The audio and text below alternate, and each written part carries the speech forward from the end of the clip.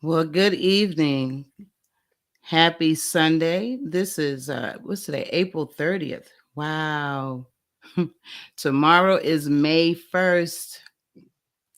We are moving right along. Welcome to Unspoken Conversations. Your words have power.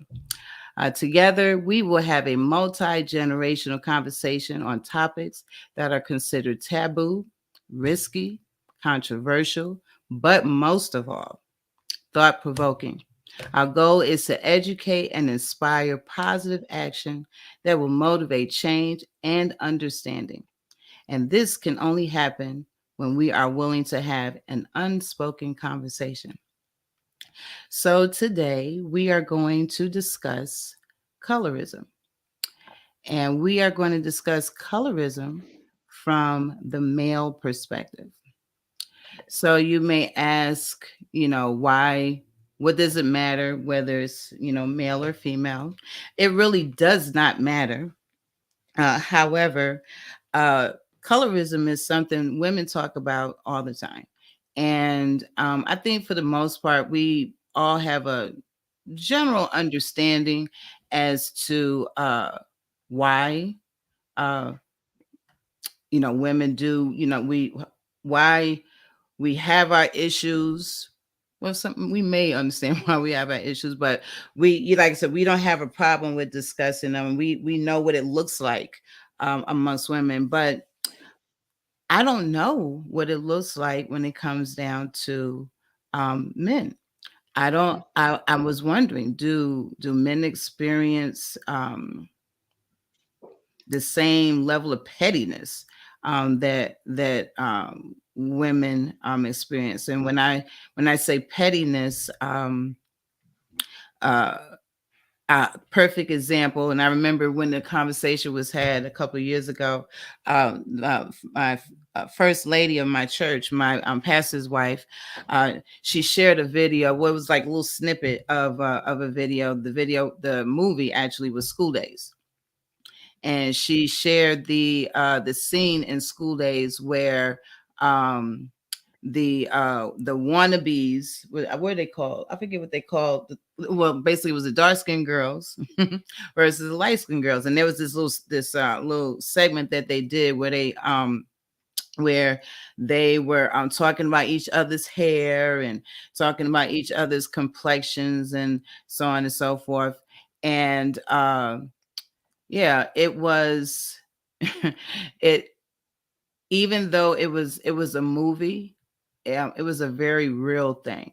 Um and it would really we would have to go deep. We would have to do like a deep dive into our history to actually explain why we are the way that we are. But we don't have that kind of time. So we're going to fast forward to now. And reason why we want to fast forward, and we may touch base on a little bit about the history, but to know that 400 plus years, we're still struggling with the shades of our skin is deeply concerning. And um, some will say, just like some say, there's no such thing as racism. Some would say there ain't no, and there's no colorism. What is that? What are you talking about? Oh no, that thing is really, it's alive and well. So on our panel today, we have Brother David White, and we have Brother Kevin Watkins, and then of course we have our host, Paris White. David and Paris are not related, though they may be related somewhere deep, deep, deep down in the in the tree. But for all intents and purposes, they're not related that I know of.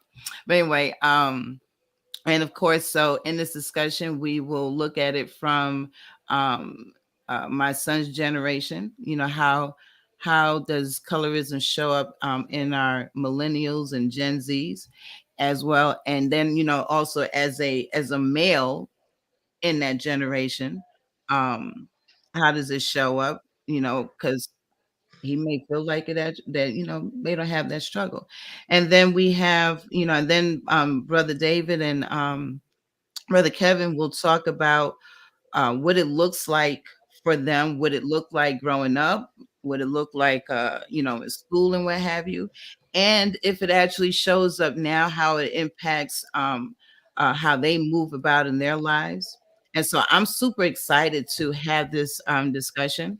Uh, so for our audience, feel free to ask questions, interject comments, and what have you.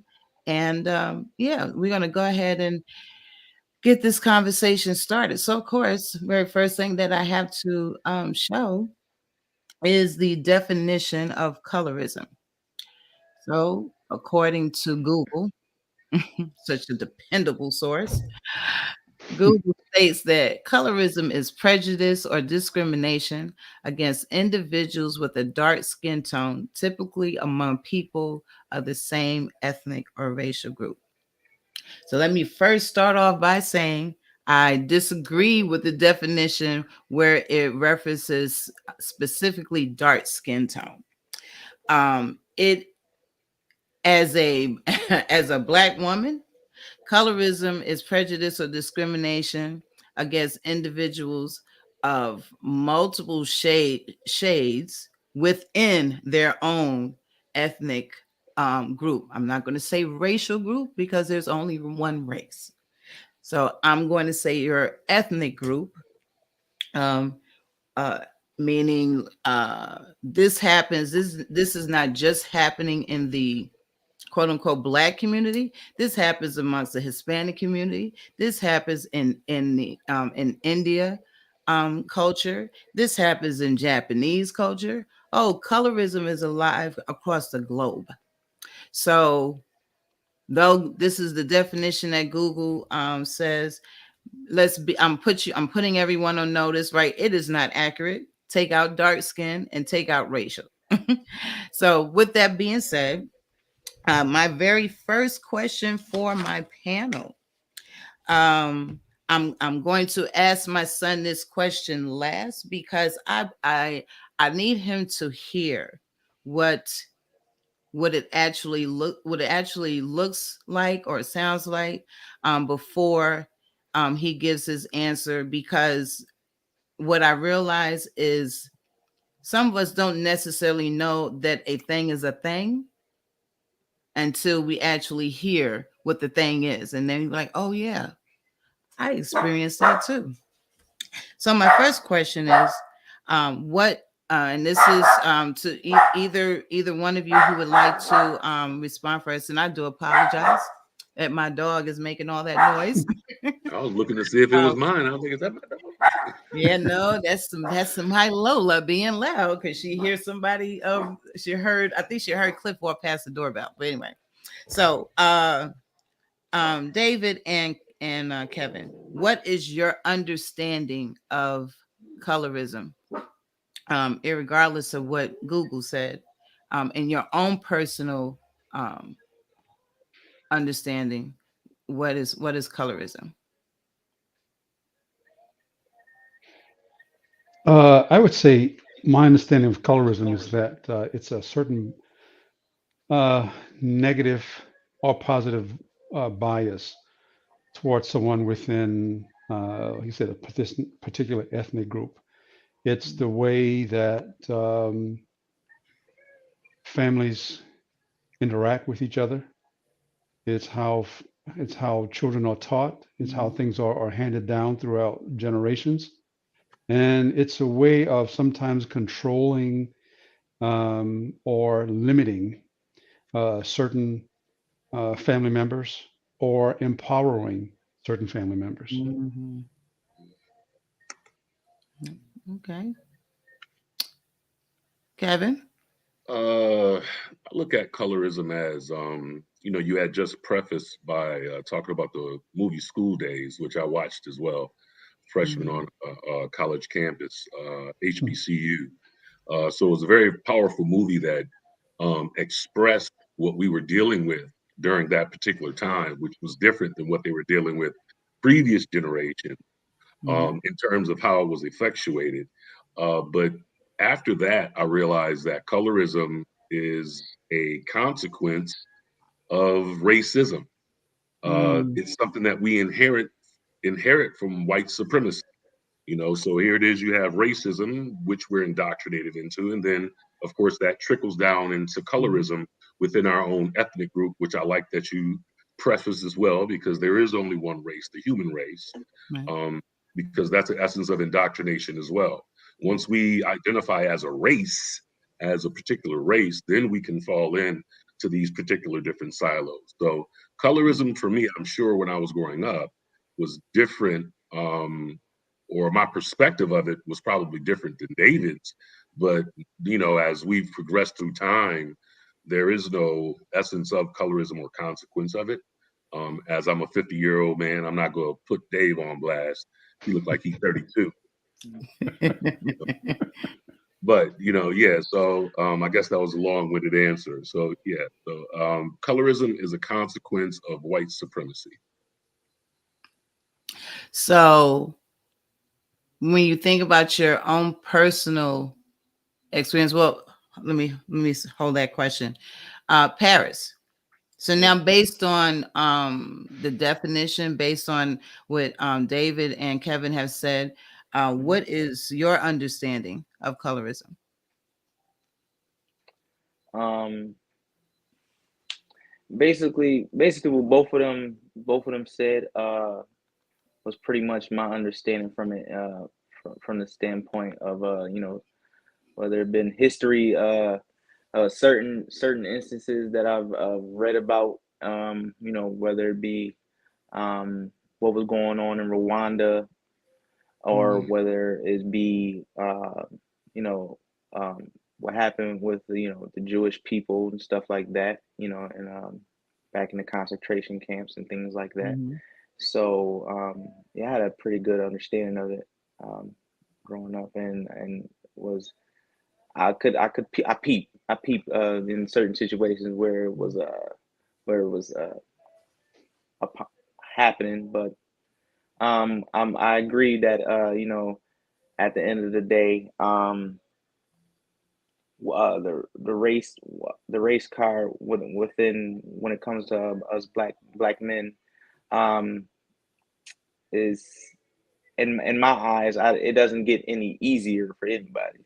Mhm, So mhm, I do feel like as the darker your skin color, the longer the road. Um, mhm, that's what it seems like, and I'm aware of that too. So mhm. yeah. Mm. Um, First, I'd like to uh, commend you on being able to identify that parallel as far as Jews are concerned. Yeah, Mm. that part. And that's a whole nother discussion for a whole nother day. But uh, that in itself just highlights um, colorism going really, really wrong. Really, really, really bad. So my next question to you, um, and then we do have a question from the audience, but I want to first ask each of you, uh, if you take a step back and look at your lives, um, knowing what you know today, um, would you say that um, this idea or notion of colorism has shown up in your own personal lives? Uh, I giggle because yes, it has. I am a product of an interracial uh, relationship, marriage, Mhm. um, and I at the time, uh, just to give you my age, I was born in '61, so I'm a 62-year-old man. And thank you for thinking I'm 32, Brother Kev. Mm. But growing up was sort of difficult for me on a lot of levels. One, because coming from that product and living where we were living in South Central Louisiana. Mm. Um, but my father's family hailed from Wales, England, um, Belgium, and a couple other those countries there. I spent time growing up in Belgium Mhm. as a child, and maybe I didn't notice it there, but when I went to school, it it was it uh, didn't seem like I was different. Um, just felt like there was a not a difference, but more of a uniqueness there because the school I went to growing up was made up of a multicultural student body, right? Um, Lived with my dad's sister, and her husband uh, was a darker skinned man. Um, so living there was sort of normal to me. Um, but every time I came back to the United States, it Mm. was quite different. I remember times when, my dad, um, not that he wanted to, um, and he did get into some scuffles at times and arguments, uh, saying that, this is my wife and children, and people looking at him funny uh, on both ends of the spectrum, right? Mhm. Um, but I know in my family, on my dad's side, I know how they were and how they tried to shape me. Um, uh, on my mother's side, most of them were darker. They come from South Africa, Ethiopia, Western Africa, France, uh, and a couple other European countries. So having all those um, cultures within my family, when we got Mhm. together, it was to me it was just normal.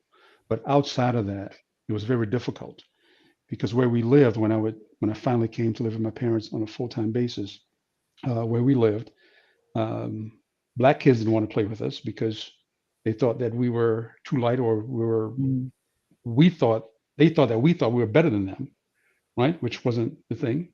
White kids didn't want to play with us because we're don't you know we're not as white as they are, um, and all. So it was quite difficult. Mhm. Uh, and I say you know, one of the things I do remember when I was growing up was I don't know if you remember the movie Guess Who's Coming to Dinner with Sidney Poitier. Mhm. You know? Well, there's a scene in the movie where he's talking to his dad, right? And they're going through. His dad is asking him, why are you with this Caucasian white girl, and he's a doctor. But Mhm. there's a point in the movie where he tells his dad, the thing is, you see yourself as a black man, where I see myself as a man. And that's the thing that my family, especially on Mhm. my mother's side, Mhm. instilled in us. Yes, your epidermis or your skin is a different color, but you're a man first, and always think Mhm. that way. So that kind of made things a bit easier. But going through society here in the U.S. was quite different than what Mhm. I experienced in Europe um, growing up. Um, and even now, people will stop me, or if my sister's with me, or my brother, or my youngest sister is with us. Sometimes when we're together, they'll ask us, "Where are you from?" Right? Um, what country are you from? Mm-hmm. And it's like, we're from here. Well, uh, what kind? What are your parents? What are they? So when we finally tell them of what we're the product of, some of them are shocked. Mm-hmm. Some of them don't know what to say. Some apologize. Um, some have a puzzled look on their face. Um, and it's a thing where, um, when you've experienced that so many times, it Yeah. becomes sort of normal to you. Mm-hmm. And sometimes you don't say anything at all. You just tell them that, Mm-hmm. well, we're human. That's what we are. Yeah. Um, but I have some good memories and some very horrible memories, Mm-hmm. of growing up in both countries, but especially here with Mm-hmm. the racism. Mm-hmm. Yes. Thank you. We I want to unpack that a little bit. But I would like Kevin to answer that question also. Wow, I was just processing what Dave was mentioning, and I'm glad that he invoked the essence of racism because we can't talk Mm-hmm. about colorism without Mm-hmm. speaking about racism. Yeah. Yeah. Um, I had a totally different experience, than Dave, and it just shows how Mm-hmm. it's just a sinister plot to divide and conquer. Mm-hmm. It Yeah. has so many tentacles to it, so many Mm-hmm. layers to it. It's like an onion. So I wasn't, I didn't have I wasn't, fortunate enough to travel and be abroad. Mm-hmm. Um, I was just in a Polish neighborhood growing up, a little dark skinned boy, right? Mm-hmm. In an Italian neighborhood, Buffalo, New York. So I experienced racism, which was much more louder than the subsequent colorism and prejudice within our own ethnic Mm-hmm. group. So I didn't discover colorism until much later on. Actually, television highlighted colorism.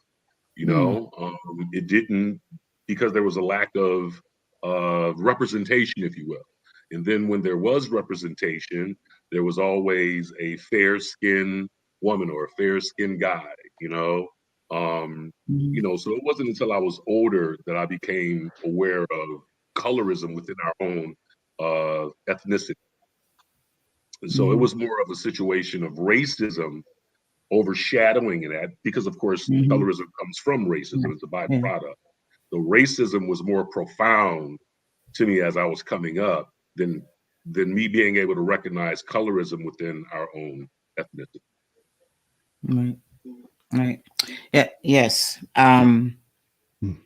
Yes. That there therein lies the crux of the matter. Is um bottom line is it's a tool for division. Mhm. Um and we'll touch base real quick on his foundation in just a bit. But Paris, can you say when you look back over your life, can you think of instances where your life was impacted um, by colorism? I know it's only been 30 years, but still. Um, see, when it comes to me, I may have seen it happen to someone else. Okay. Um, meaning I had friends that were darker, and once I moved to Charlotte, I had my friends that were dark, and then I had friends that were real light skinned, and the way they would treat each other would be totally different. Mm, Um, and then when it came to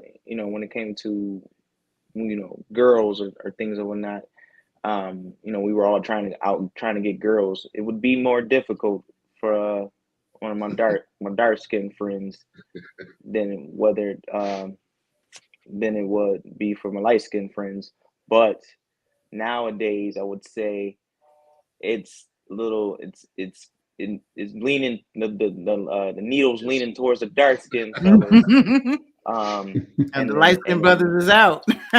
not so that they're out, but it's now so that because of the way the world is changed, you now think of the lighter the skin, the how should I put it, less masculine is what they like to Mm.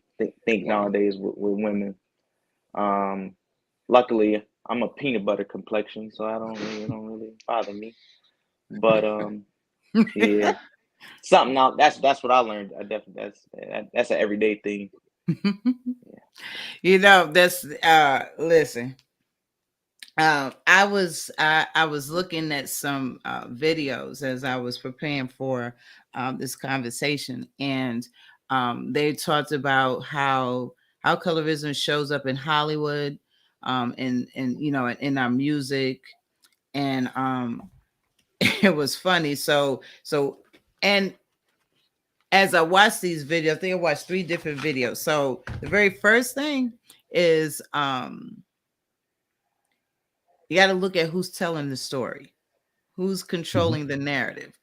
Hmm. Because like the first guy that I looked at when he was talking about Hollywood, he talked more about how he feels like darker skinned men are well represented in Hollywood now. And to be honest, I would have to say that's true, because if we look back um to you know, to movies that like we all grew up watching. So it was like, you know, the when if you saw a light-skinned man in the movie, he was always well groomed, clean cut, and what have you, you know, representing you know, some you know, more of like an upper class, versus the darker skinned men that you would see in these same movies. They always had roles like janitors, and you know, the cook, and um you know, they was always in a role that was like behind the scenes. You didn't have, you know, what, maybe 30 years ago, you didn't have dark skinned men in leading roles. That was not happening. So you know, to Paris's point, there's absolutely some validity in that shift. The other thing is that when I think about, because that was something else that Marley and I discussed, is like, you know, I said I wasn't sure how colorism showed up in amongst men, and Marley pointed out that well, yeah, it is. She was, and she talked about the, you know, like this year is all about dark skinned men, and then next year it'll be all about light skinned men. And I was like, but you know, that's not men doing that. That's women doing that. Hmm. That's that's us saying, you know, what is the preference, or uplifting one skin tone above the other. That's women doing that. That's not men doing that to each other. But also in my research, it said that like most hip hop artists are dark skinned, that most um basketball players, except for Steph Curry, they dark skinned. And so to Paris's point, um, masculinity is associated more with the darker skin complexion man versus the lighter skin complexion man. So yeah, there was a shift that happened. Don't know exactly when that shift happened, but I can be. I'll even speak for myself. I'll be transparent. My mother used to say I was color struck. I didn't want. I was. I didn't. I did not like to date dark skinned men. And I know today, though, that was because of a particular situation, a particular issue. Because now, if anybody know my husband, him nice and chocolate. um, But I didn't want to. I look. It was all about the light skinned brother. We wanted growing up, So I'm a '67 baby. So growing up, we wanted light skin with good hair and light eyes. That those are the men we were seeking. But that was because of something else that was put into our psyche. So listening to what David said, and it's so interesting because I said when I had this conversation with women, the light skinned woman that shared, so eye opening to the point some women had to apologize because we got that thing twisted. And so, but to unpack what you said, um, uh, some would say watching this conversation, who they're not really versed on what colorism is. They may want to know where did this come from? Why did this start? And so on and so forth. So, like Kevin said, it is 100% rooted in racism. But brother Kevin or brother David, do you remember? Do you what is do you are you familiar with Willie Lynch? Absolutely. Mhm. Mm. So, is it fair to say that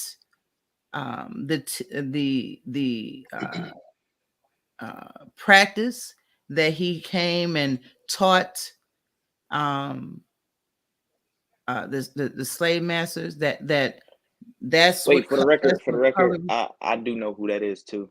If you No, didn't, if I oh, didn't, I'm sorry, sir. Way to I go, young definitely do. man. Way to go, young man. Very good. Well, I know why you know it. Oh, okay. But is it safe to say that practice is what birthed colorism? Um, and I think about it, it goes back to the house Negro and the field Negro, and I think it's a essence of self-preservation, Hmm. and then it just metastasized into what we're speaking about today, right? Hmm. Um, there was a generation that men and or women went for fair-skinned individuals, right? And again, I think it was for self-preservation because they didn't want their children to go through some of the things that they went through, Hmm. right? They Hmm. realized that, hey, hey, if my child was a little bit lighter, maybe they wouldn't suffer or go through as much as I Hmm. went. I'm appreciative of Paris mentioning that, they don't really deal with colorism within their generation outside of women. And I'm glad that you mentioned ultimately that's what it's about. When I did become aware of colorism, it was because the ladies, because I'm 2 years behind you. So you wanted the Albie Shores and the Ron O'Neills and everything that was being presented. You know what I mean? And I was a shaft looking brother. And, so it was real difficult. So when I did experience colorism, it was with regard to the opposite sex. It was never regarding to me and David going fisticuffs, especially how Paris mentioned how the system or whatever has emasculated lighter skin tones. Back in the day, we ain't go for that, bro. I would not knuckle up with a light skin thinking that he wasn't a real man. So ultimately, colorism, we didn't deal with colorism the same way. But Yeah, yeah. yes, I think when we look back to it, we have to recognize that it's self-preservation. You had Mhm, individuals on a plantation. You had mhm, individuals going through after Emancipation Proclamation and Jim Crow eras and things of mhm, that nature. Personally, I was always attracted, physically well, aesthetically rather, to dark skinned women because my sister used to go to the African American Cultural Center on East Utica and used to have me in tow. So I learned a lot about history. So I didn't have an issue between light skinned women, they being prettier than dark skinned women. If you're Mhm. an attractive woman, you're an attractive woman. So Mhm. Mhm. again, I don't think it affected Mhm. my generation as much Mhm. as it affected, Willie Lynch generation. Mhm. Yeah. So for those who are viewing and not familiar, so one of the teachings of Willie Lynch was basically he told the slave master treat your lighter skinned slaves better than your darker skinned slaves. And over a period of time of doing this, right, it that created a friction between us. Um, Unbeknownst to us, so like you said, the house slave versus the field slave, because of course the field slave was out in the field and the house slave was in the house. And so the ones that were in the field, they were under the impression that the lighter skinned slaves had it better, that they were treated better, they had more privileges and so on and so forth. But if we are familiar with our history or dare to delve in deep into it, you will realize, right, that they had it much worse. Now we might have been out here getting beat down by the sun, but the women who were in the house, oh, they was catching it. They were being raped on a regular. Mhm. Um, and so look, I'd rather be out in the field any day of the week. But so with that being said, really quick, so Lorene asked this question. Y'all should be able to see it, but I'll put it up on the screen. She says, uh, do you think that colorism impacts women more than men? And then are the younger generations impacted more or less than the older generation? Hmm. Well, um, I'd start with the latter first. Um, I think over time, with desegregation and forced busing and all these other things that have gone on, um, children or the younger generation has learned better to live with other cultures, right? Mhm. Um, because even though some of them in the home or in the community may have been taught to say, "Hey, look, because this person is black or whatever, you don't deal with them because of certain stereotypes," right? Um, I think nowadays it's more about economics. It's about um, which none that it wasn't before, but there seems to be a little bit more of a level playing field where these kids have had a chance to interact with each other, um, on uh, on the sports field, in the classroom, in certain areas of life, with music and dress and stuff like that, you know. Whereas the older generation, what they were taught and the way they lived was something that they did not stray from. And there are these parameters, there are these blinders, there's this gate and wall. Mhm. We're going to operate within that because that is what my parents did. That's what my great grandparents did. And we were happy because we got exactly and everything that we wanted. If we had to, um, leave a certain group of people out, better for us, you know. Mhm. But going to the first question, impacting women more than men, um, I think it kind of impacts men more than women. Mhm. Um, because even in the workplace, right? Um, I see where men, if they're doesn't matter the skin tone, um, other than being white or living within that particular echelon of life, um, there is still an expectation uh, from men to be kept in a certain corral. Mm. no matter what your skin tone is. You can, laugh or have lunch with them, but if they know that you are, or even just feel that you have some type of feeling towards one of their women a certain way, Mm. it's not happening. Where they are more apt to allow or embrace a woman because of what they can get out of her, and they can seemingly control her better, Mm. um, than a man. And by, as we know, eliminating a man, right, there's going to be less men of color available, Mm. to date, less men of color available, to provide or whatever, because a great number of men of color are incarcerated. So, there are two choices. Do you play within your own playing field where there's less Mm. resources there for you, or do you look uh, uh, uh, to move to a different option, right? And, um, those things are bad. 'Cause I kind of see it all the time, and I try Mm. to address it as best I can. Mm. Um, but thinking back with my sister, um, sorry about the cat.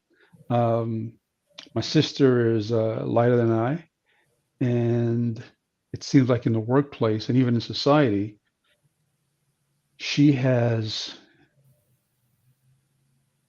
more doors open to her than even myself, you know.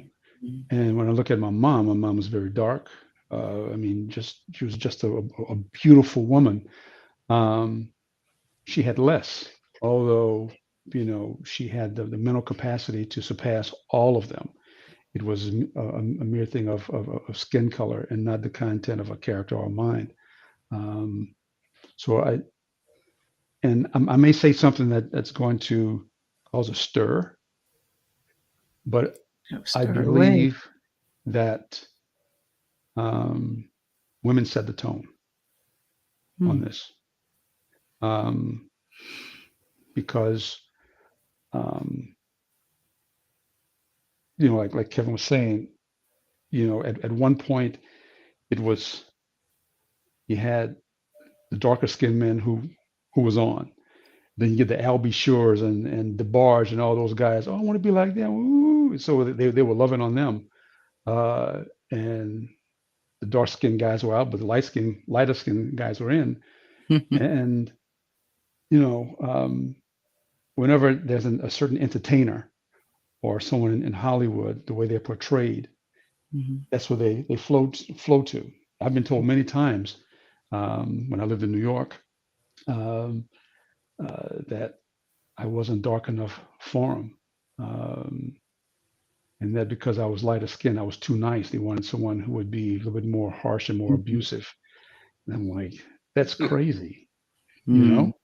Um, and on the other side of the spectrum, it's like, no, you're just a little bit too brown, or you're a little bit too light for me. I want someone darker.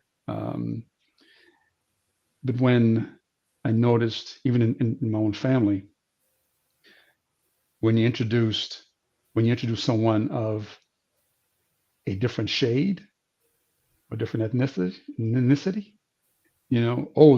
okay, now we want you because looks like you don't want us. Mhm. But it's I think women set the tone because Mm. they can say, well, I want this guy, I don't want this guy because of stereotypes. Mm. It's okay. Stir away. It is quite all right because we are here to have those conversations people don't want to have. Kevin. Yeah, just to piggyback off Dave, this is absolutely relative. So it's Mhm. not absolute, it's amazing because, as I hear Dave, he doesn't subtract colorism from racism, because when I think Mhm. about colorism again, I don't think about it being effectuated at the workplace. although it is effectuated at the workplace through racism.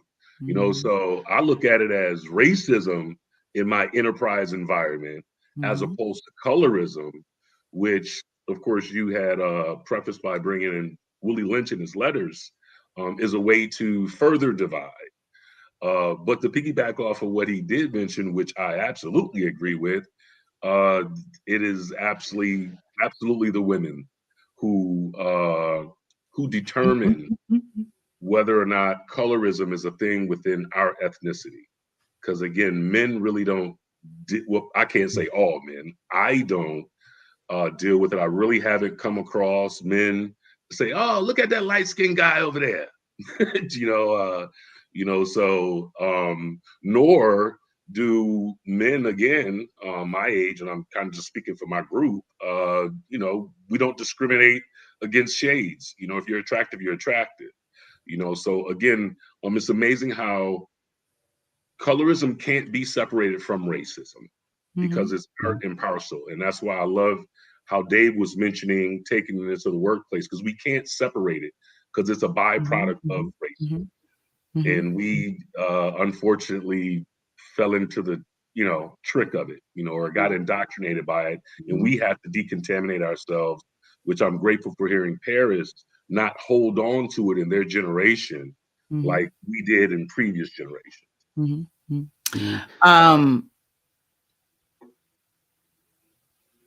so what I will say as far as like women are concerned, I feel so what you said is there's some validity to it, but women are just, I mean, it's what what you're talking about is what they do amongst themselves, and so it can't help but come out and be and then be put into put on men. But I also so in terms of like colorism is, especially in the workplace. So I mean, y'all tell me if you've seen this or you have not.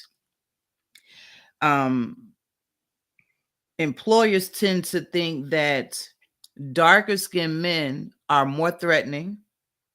They're more apt to get hostile and aggressive, and so they deal with them a certain way. Whereas light skinned men, you know, they don't treat you the same way. They do not see, they don't think that they feel like, light skinned men are less threatening. And so now I'm talking about in the workplace. Mhm.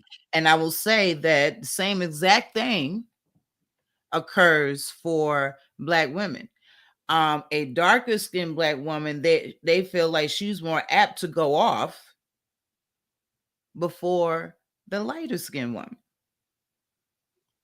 And so that mentality feeds into us. We also think that about ourselves. We and yes, and it stems from it stems from slave times. But we have, if we be honest, we have these so today, what we call them, today um they're they're not just stereotypes. It's another because we don't we rebranded this thing and now we call it something else. But um we do. So um and we do it unconscious biases is what it is. Mm. We all have unconscious biases when it comes down to our complexions, and that key word in that statement is unconscious, because we don't realize that we're doing it. We don't realize that we are further promoting the separation. And bottom line, what it all boils down to, so it was like after Willie Lynch did, taught his thing and what have you. Ultimately, what it ended up happening, he taught us how to hate the color of our skin. Hmm. And so colorism is a result, honestly, of us hating the color of our skin. It just manifests and shows up in different ways. Some of us, have risen above that. We understand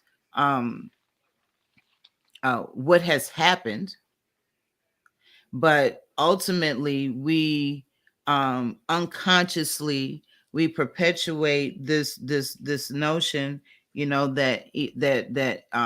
that light is right. We have these preconceived notions about who darker skinned people are. um and even though it is it was birthed out of racism, um we unfortunately, to a certain extent, have indoctrinated it into our beings, basically. At least, that's what I think. This is what I see. This is what I see, as it relates to women. So, like, perfect example, um, the continent of Africa, where we all began, is a beauty industry is a multi-billion-dollar industry. Specifically, their the market for lightening creams, all by itself, is a multi-million-dollar industry. You have African women, dark African women, burning their skins in an attempt to get lighter, because of this notion that that light is right.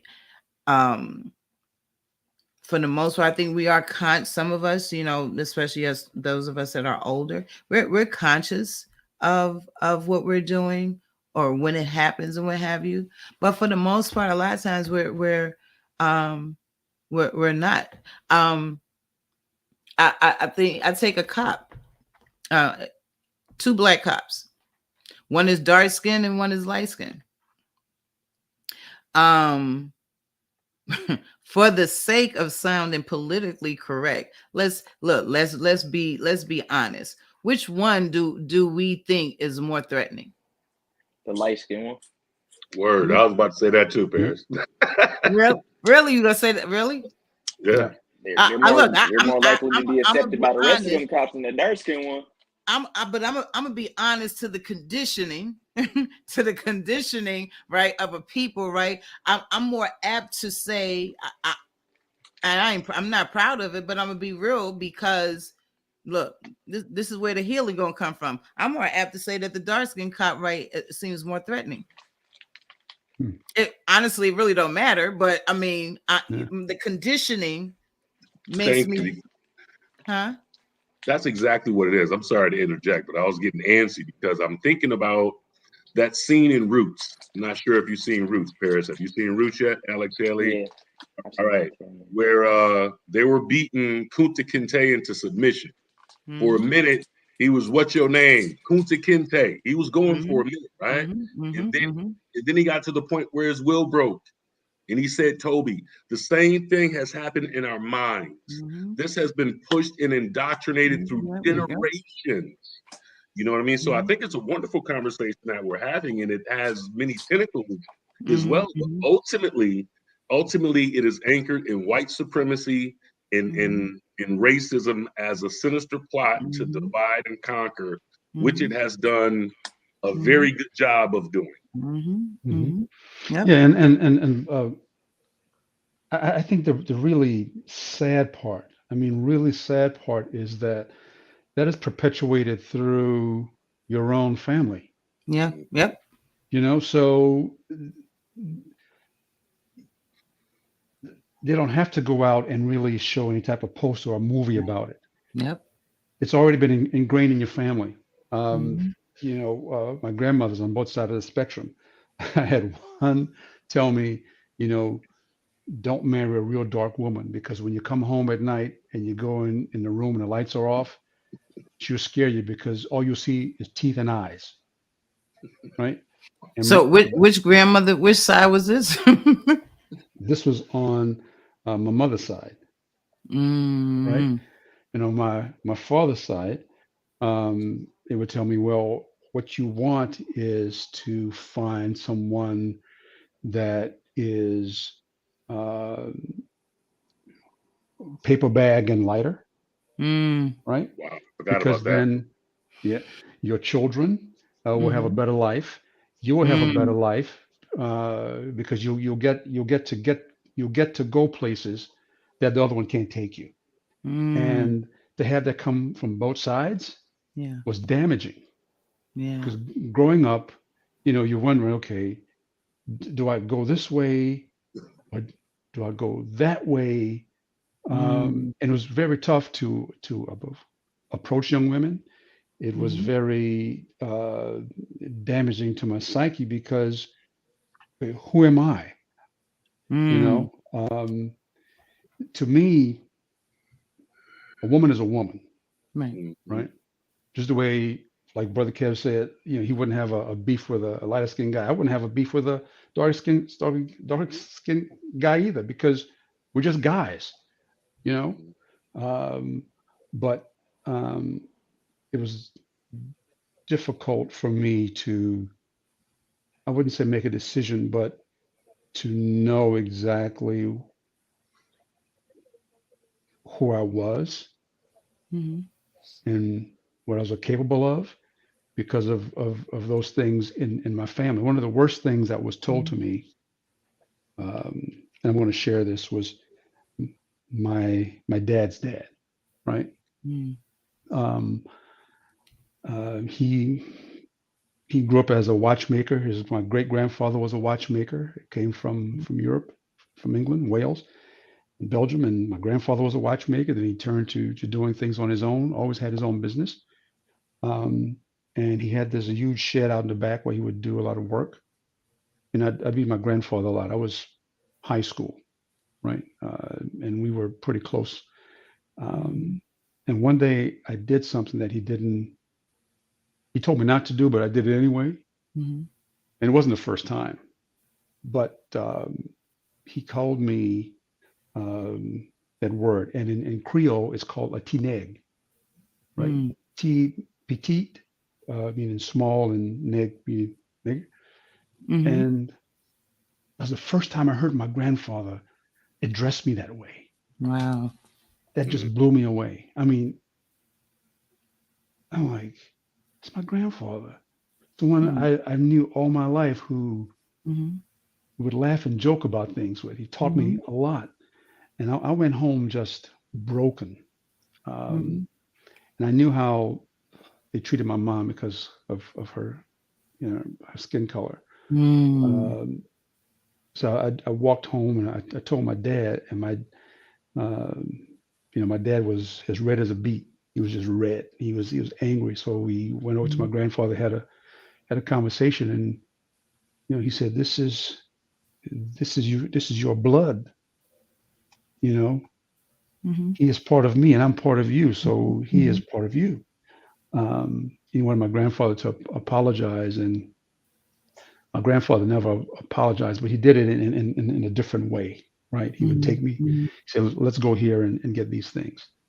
That stayed with me for a very long time, mhm, you know, um, because then, okay, I'm getting it from grandmothers, mhm, and now I'm getting it from the one who has taught me so much mhm, mhm, about people, with his brother. My grandfather had a picture in his house. There's a guy hanging from a tree and about 10 to 12 guys below the tree, right? When I was older, I asked him, I said, who is that? He said, that's my brother. And my grandfather's white. So my grandfather's brother was hung because he um, wanted to be in a relationship with a black woman. mhm, My grandfather, his own did this to him, mhm, right? Not because he could have had relations with her, but he wanted to have family. mhm, And that was like, oh no, you've crossed the line. Um, mhm, but the things I've experienced, um, throughout my life, throughout both sides of my family, and we come from a large spectrum of you know people from Mhm. different countries. I have family in Oman. I have Mhm. family in South Africa. I have family, in France and Spain. I have family Mhm. in the UK and Wales and in Greece, from Hawaiian, Puerto Ricans, Japanese. This is what I saw growing up, and it's how we interacted. But when that was told to me, it just wrecked my Mhm. world. Mhm. Um, so as I go along and I try to teach my daughter the same thing, um, I find it difficult because her mom, we're divorced now, been divorced for a long time. When my daughter was born, and they showed my daughter to my wife, one of the first things she said is, "Oh, I've got to darken her up so she could be more like me and think more like me instead of like you." Like, Mhm. what does that mean? You know? So that was the beginning of the end for us. But it, the way what you put in a child's mind at an Yeah. early age doesn't go away. Right. It stays there. So we have to watch what we say, how we say it, how we Mhm. explain things to them, how we live ourselves, Yeah. Mhm. um, and hopefully what we've taught them will help. But what does the word say? Train a child in the way he should go. When he gets old, he won't depart from it. Mhm. But it's our responsibility to train them. And if Mhm. we train them wrong and teach them wrong, even with all the things going on in the world Mhm. today, um, that could be the most productive person in the world, because now they're not looking at color. They don't see themselves as Mhm. lighter skin, darker skin. They just see themselves as a human being that is productive and a child of God. Mhm. Um. I'm sorry I was so long on that. Oh, no, no, no. You're fine. I appreciate you sharing that, because number one, I think it's important that we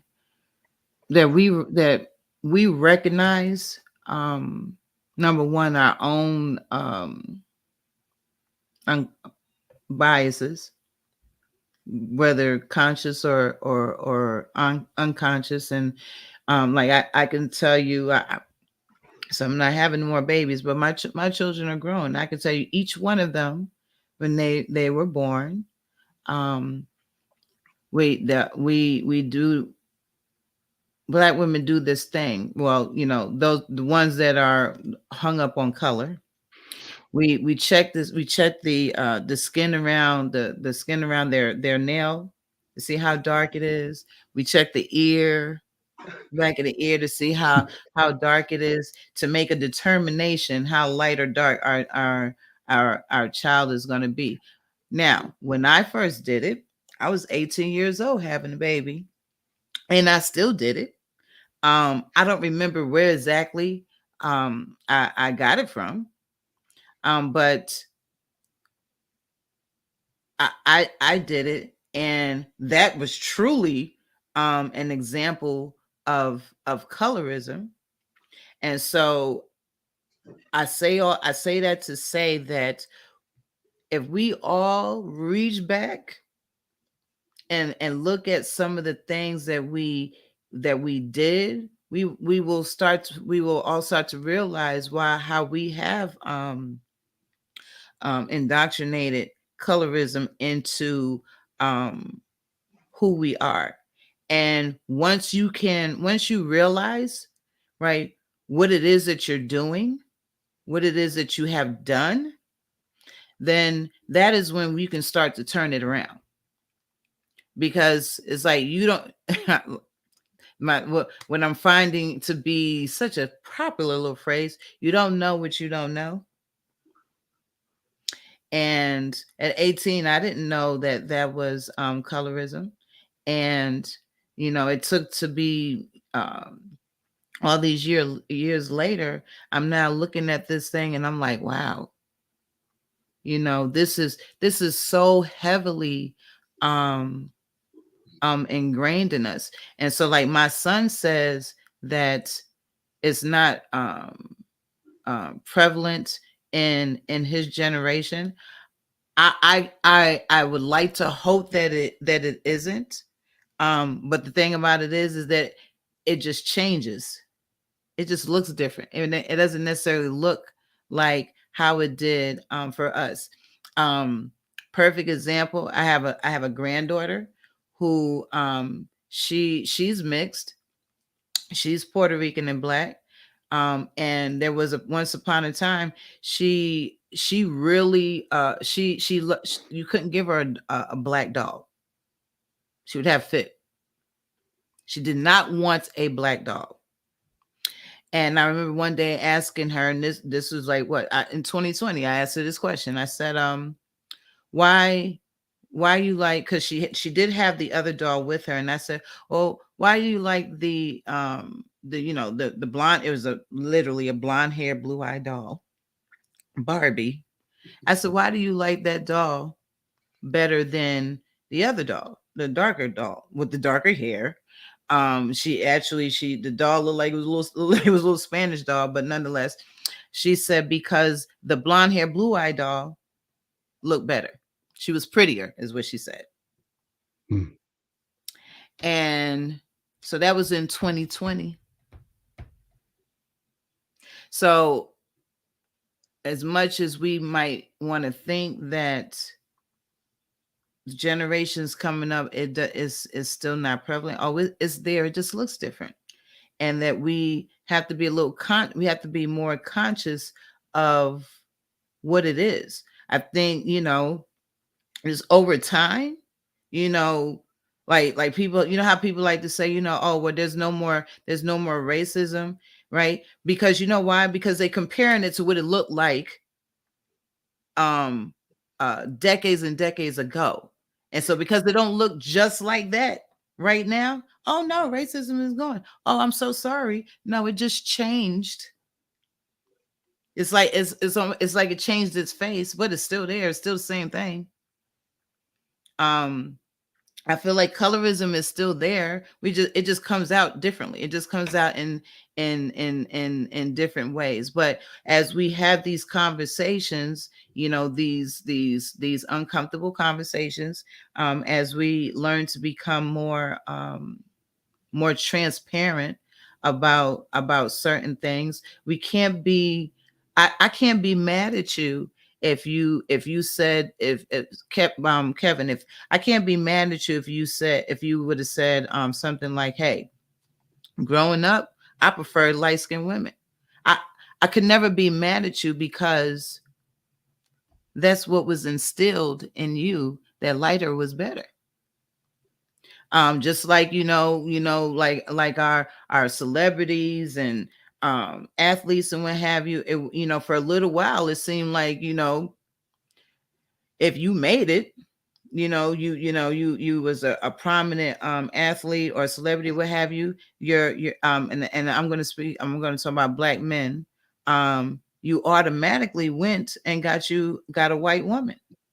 Now granted, I don't have nothing against my lighter skinned cousins. I absolutely do not. But the reality of the situation is that my darker skinned brother thought that him getting a lighter skinned woman or white, that suggested that he arrived. That is colorism. And yes, brother Kevin, it is absolutely 100% rooted in racism.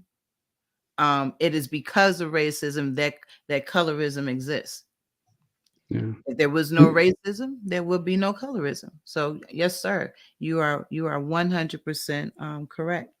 And that's a good point you're making, Sister Lakeisha. Yes. Letitia, is that when athletes or someone that's in the public eye, when they are in certain circles, there aren't that many women of color. Mm-hmm. Well, darker skinned women, Mm-hmm. right? Very few. So they have a certain pool to pick from, right? And they won't go back to, someone from that neighborhood or what they normally know. And Mhm. I've witnessed this myself. I used to work for ESPN, Mhm. and um, we would get to some of these functions, um, and the women that were there, if there were dark skinned women, they were the ones who were serving. But the Mhm. majority of them were either white, much Mhm. lighter skinned, Mhm. um, just a wide variety Mhm. of lighter skinned women. Mhm. And this is what these guys were introduced to, Mhm. because I'm a celebrity. And okay, if I have this person that looks this way, Mhm. right, that means that I'm going to get further along than if I have Mhm. someone that is not, because they're going to look at me as, like you say, arriving. And Mhm. I could go up two or three more steps, where this way I may go down two or three steps because Mhm. of um, Mhm. misconceived cultural behavior. Yeah. Yeah. Yep. You know? And so we perpetuate the Yeah. the problem. Paris, how old is what's his name? Quarterback for 49ers. What's his name? For the 49ers, Is it 49ers? No. Yeah. you're talking No. about Patrick Mahomes. Yeah. He met the Chiefs. Okay. Uh, My bad. I, Patrick I, Mahomes I got to be do know around my 20. teams, but look, my bad. Huh? How old is he? He got to be around 25, 26 now. Hmm. Hmm. He is he that really that young? So for all intents and purposes, he is black, correct? He is. He is. What his wife is what? She's white. Mm-hmm. He 25. Now, That was his okay. high school sweetheart, wasn't it? Yeah, I mean, I think I he think that's a little was in different. that Yeah. type of Okay, different type of. so let's all right, so let's go. Let's okay. Travis Kelsey blacker than him for real. But go ahead. So okay, but so yeah, but let's talk let's young the athletes and your millennials, right, who are at the height of their careers, who decided to marry. um can we think of any who have married, not only is she black, but she's dark skinned? Gabrielle Union dark skin. Mm-hmm. How old is Other than but that, how old is Dwayne Wade? mm, Dwayne Wade like He's 30. No, he's old, right? might 40? He's be older than might be that. 40 even Yeah. maybe. Mm. Okay.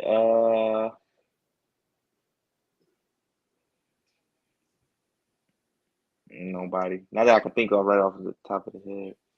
I mean, most of the NBA players that I know, I think that dynamic has kind of shifted over a little bit to where in the, early 90s, 80s, everybody, that was famous, did have something on the arm as a trophy wife, if you will, to be Hmm. acclimated or conform Mm.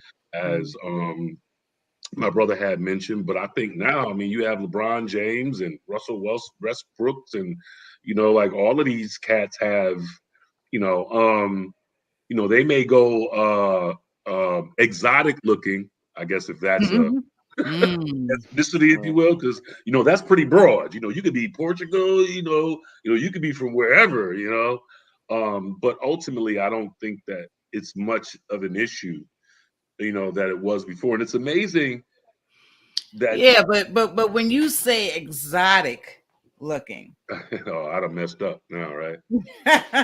when you say exotic looking, so I'm thinking when you say exotic, I'm thinking somebody like a Kardashian. Um, That is exotic. yeah. Yeah, yeah, and the reason I They use got that a term is lot. because that's how they coined that term. Mm-hmm. Within Yeah. our Oh yeah. community, I'm dating a Mexican, I'm dating a Puerto Rican, I'm dating a Dominican. Like we will Mm-hmm. boil down what the ethnicity is, where Mhm. Mhm. on another level they don't like to do that, so they'll just Mhm. say a particular look. Women get Mhm. surgeries to look like exotic. So but it's just amazing. Again, I think that all of us have been affected by it. I see that Mhm. someone mentioned that in the 60s, being socialized, believed something was wrong with black range of Mhm. skin. Same thing, but again, that Mhm. was racism. And it is just amazing to see how this thing has splintered into so many Mhm. different Yeah. sections. You know Yeah. what I Yeah. mean? Yeah. Because we can't acknowledge preference without someone getting offended. I mean, like, what if parents Mhm. just like light skinned women and it had Mhm. nothing to do with colorism or, Mhm. how he's been affected by racism? He just may be like, I like him looking like that. Mhm. Mhm. Mhm. So Mhm. it's multifaceted. I think we Yeah. really can't drill it down, but ultimately Yeah. it goes down to the fact of the social construct of race, which was created in the 16th century. You know, Mhm. Mhm. Mhm. Wow. I think this. I appreciate you gentlemen being willing to have this uh, touchy kind of conversation. um, I'm about to get some Brother David, bleaching cream. I appreciate your transparency. Just like when I had this conversation amongst some women, um, that woman also was um, uh, so I can't say what's the correct. I cannot say biracial. I will not say biracial because ain't no such thing. Mhm. So she was what, multi-ethnic? Would that be a better word? Multi-ethnic? Because we gotta stop saying biracial. Mhm. um so yeah. So she too was multi-ethnic. If I say that, Brother David, does that fit better? Does that describe better? Because No, I mean, I it can't. For me, I can't say biracial yeah, because there was only one race. So, yeah. eh, Well, either um, way, it doesn't offend me at all. mhm. What- mhm. Because growing up as I did, I think I've heard everything and kind of experienced Like mulatto and all that. yeah, yeah, Mhm. and being from the family makeup that I come from and living where I lived, in southern Louisiana, you have you have your Creoles, right? Yeah. Um, so I've had dark-skinned friends who I served with in the military that came down um, to visit me one weekend and introduced him to all my friends, and he was just kind of blown away. He's like, "Wow, this is what you have down here," uh, and he ended up marrying and just staying there. But he said that, and I have two friends who did that. One much lighter skinned woman, and one much darker skinned friend that I had. He said both of them told me that one quality that they found in them was that they did not look at themselves as more than or less than. Mhm. That they looked at themselves as being a unique human being Mhm. that was created, Mhm. and that's who Mhm. who they were. And both of them told me. I asked them, at Mhm. different occasions, and it was funny that they both said that. Said, Mhm. but outside of that area, he said a lot was more of the colorism and stuff like that. And not saying it doesn't happen there, it does, Yeah. but I think because of the interaction between Mhm. all those cultures, because a lot of blacks and whites are related. Uh, Mhm. it's just look at it more like a family. But Mhm. one thing my grandfather told me to say when they call me that special name, he said, just remember, when the lights go out, we're all black. Mm-hmm. And for a long time, I wondered, like, what the hell is he talking about? You Mm-hmm. know, and finally he said, it just doesn't matter. Yeah. It just Yeah. doesn't matter because once you pull the skin away, we're all the same anyway. It's Yes, just sir. the color of the skin. Yes, sir. So, Yes, sir.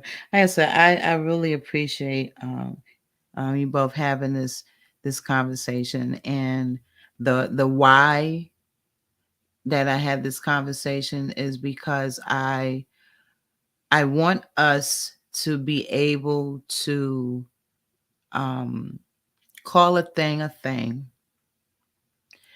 um, take ownership of it, and the role that we play in it, and what have you, and begin to reverse it. I think that it's important that uh, we take ownership and we have those conversations with the next generation, because again, it's on its surface it looks like it's not there, but it's there. It just looks different. It doesn't look like it did in our generations. So I think we need to I think we need to be careful to not say that it's not there. And honestly, so right now we calling it colorism. The Gen Zs, then they're gonna rename it. They're gonna rebrand it, but it's the same thing, because ultimately that's what we did. That's what colorism is. We just rebranded it um from something that that it was 40, 50 years ago. But like I said, once you become conscious of the thing, um acknowledge the thing, acknowledge your role in uh promoting the thing, even if it's unconsciously, um, and then seek to reverse it. Like you said, David, you want to teach your daughter differently. I too want to teach. Well, my children are grown, hence Paris, but him being part of these conversations, he realizes the role that he takes in teaching his children um, about uh, about colorism, or just the various shades of skin, and so on and so forth, and how the color of your skin is irrelevant. It means nothing, but other people will put a value on it and make you believe it, make mhm. you believe that heightened, like a heightened value of it, and use it against you, because that's basically what happened. That's what it was. They use our various shades of skin against us. They do is being done today with other ethnicities. Mhm. We have issues. We be honest, we have issues with Mexicans, and we have issues with these people and that people, not because they did nothing, but because how the story is spin. Instead of you getting mad at who you really should get mad at, you get mad at other people because you feel like they taking something away from you. Oh, Yeah. that's basically what is happening with colorism. But again, we are I kind of knew we would be over. But look, as long as I end at that 90-minute mark, because I definitely don't want to go into 2 hours. But thank you both for engaging me in this conversation. Thank you to all of our viewers, Sharon and Lorene, and um, uh, uh, Mama Frazier. Um, I ask that you go out to YouTube, and that you like and share um, this video, as well as subscribe. And I promise to continue to have these conversations. I promise to have, if they're willing, to have David and Kevin come back, because look, I got a lot of topics. I got I got a lot of topics that tend to make folks squirm in they seats.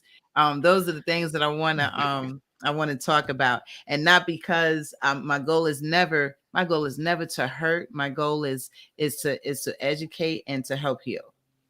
Praise God.